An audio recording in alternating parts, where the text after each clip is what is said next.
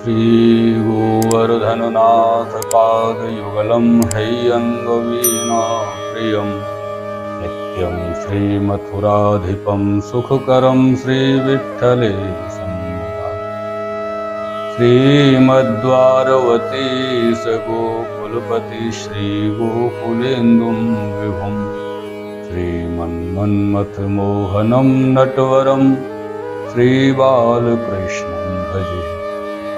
अनन्तगुणभूषिते शिवविरञ्चिदेवस्तुते घनाघननिभे सदा ध्रुवपराशराभीष्टदे विशुद्धमथुरातटे सकलगोपगोपीव्रते कृपाजलधिसंसृते मम मनःसुखं भावय।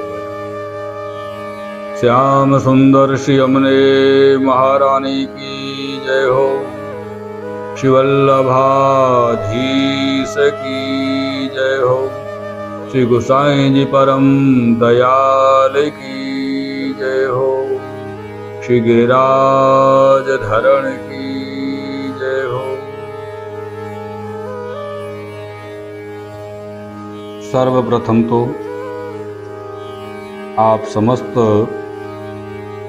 भगवत चरणानुरागी श्री वल्लभ चरणानुरागी समस्त भगवदीय जन वैष्णव जनों को, भक्तजनों को श्री गिरिराज जी की तरहेटी से श्री यमुना जी के गुणगान करने से पूर्व आप सबको सहृदय भावयुक्त जय श्री कृष्णा भगवत वंदना।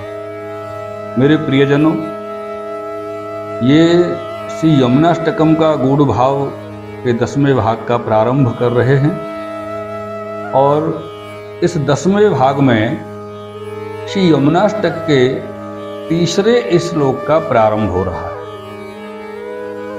इस तीसरे श्लोक के प्रारंभ में सर्वप्रथम अपन श्लोकार्थ ले लेते हैं।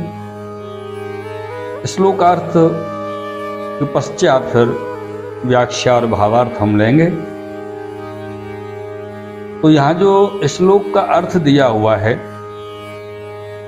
अनंत गुणों से विभूषित श्री यमुना जी, अनंत गुणों से विभूषित शिव ब्रह्मा जैसे देवों से संस्तुत्य, घनघोर नीरद के समान श्याम, ध्रुव तथा पराशर जैसों को सर्वदा यथाभिलषित फल देने वाली, अपने तट से अर्थात सानिध्य से मथुरा को विशुद्ध करने वाले सकल गोप गोपियों से घिरी हुई तथा कृपा जलधि श्री कृष्ण में एक रूपता को प्राप्त हे श्री यमुने जी, अनंत गुण विभूषित शिव विरंच जैसे देवों से संतुष्ट,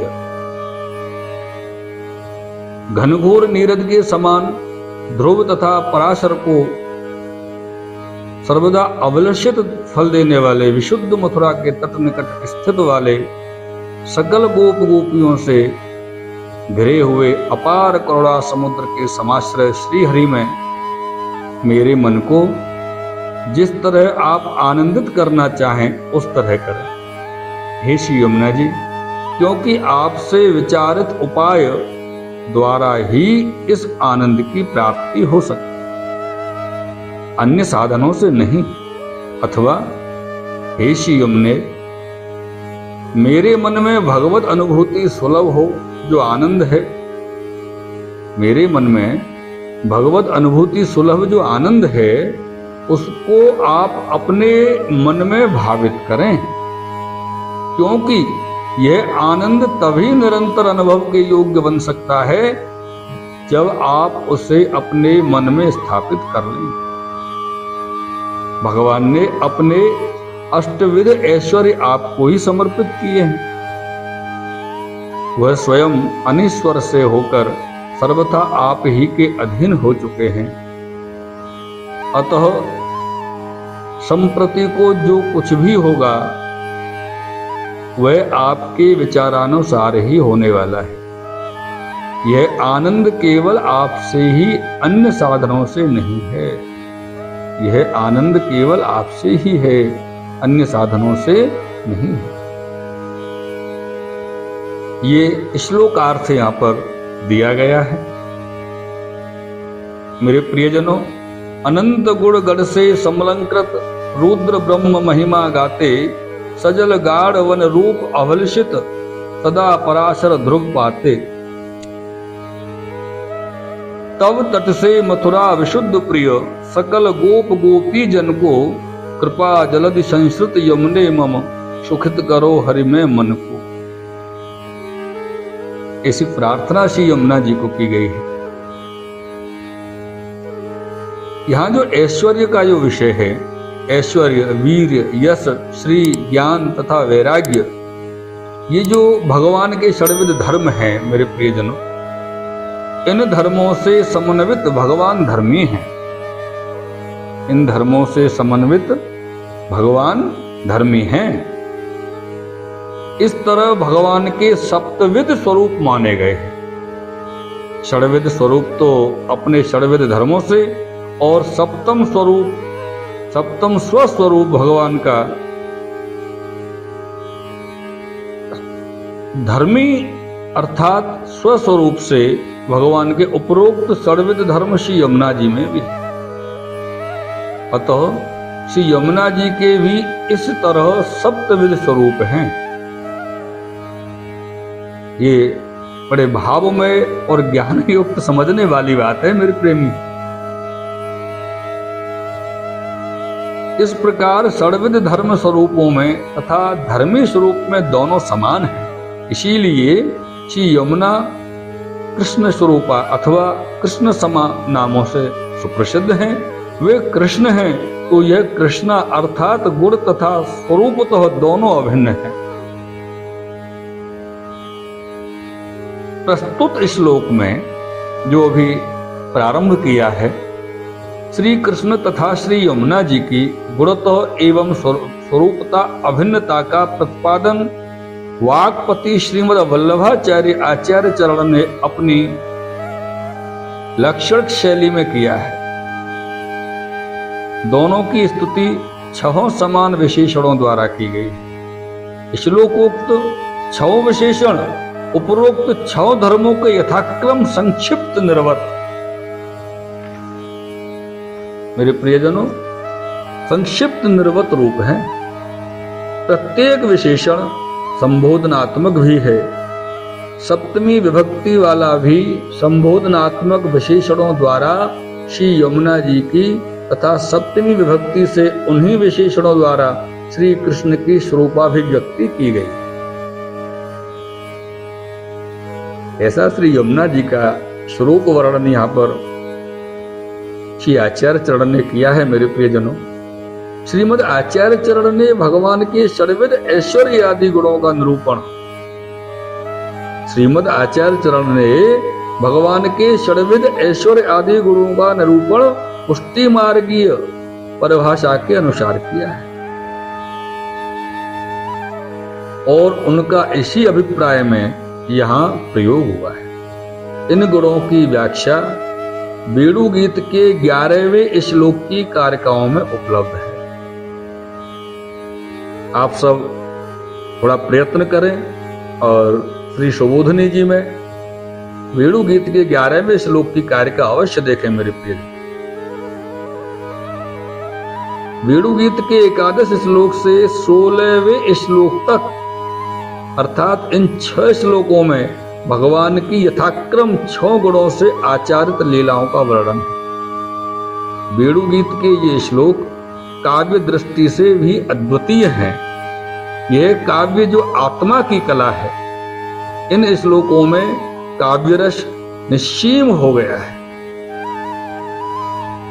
भगवान के वेणु रव की हरणियां, अप्सराएं, गायें, पक्षी, सरिताएं तथा मेष जैसी मूड तथा वस्तुओं पर भी जो विलक्षण प्रतिक्रिया हुई है, वह सचमुच अद्भुत है, एकदम अद्भुत है। इस अलौकिक प्रतिक्रिया का हेतु भगवत कृत वेणुनाद था। ऐसे अद्भुत हुई, इस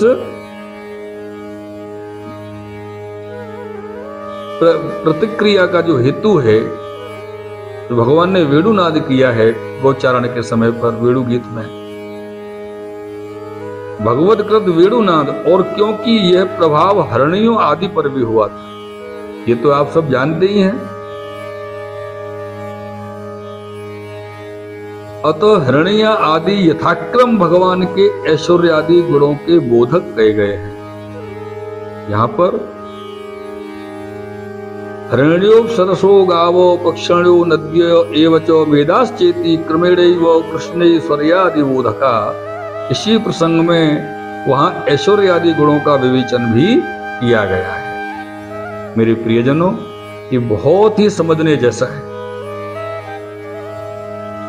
इस श्लोक में जो 6 गुणों का वर्णन किया है, अभिव्यंजक विशेषण है, उनका क्रम क्या है? उनका जो क्रम है वो आप जान लीजिए मेरे प्रियजन। जो प्रथम गुण है ऐश्वर्य, ऐश्वर्य का अनंत गुण भूषिते श्री यमुना जी। दूसरा वीर्य, वीर्य का शिव विरंच देवस्तुते। तीसरा यश, यश का घना घन निभे। चौथा श्री, श्री का ध्रुव परासरा भीष्ट दे।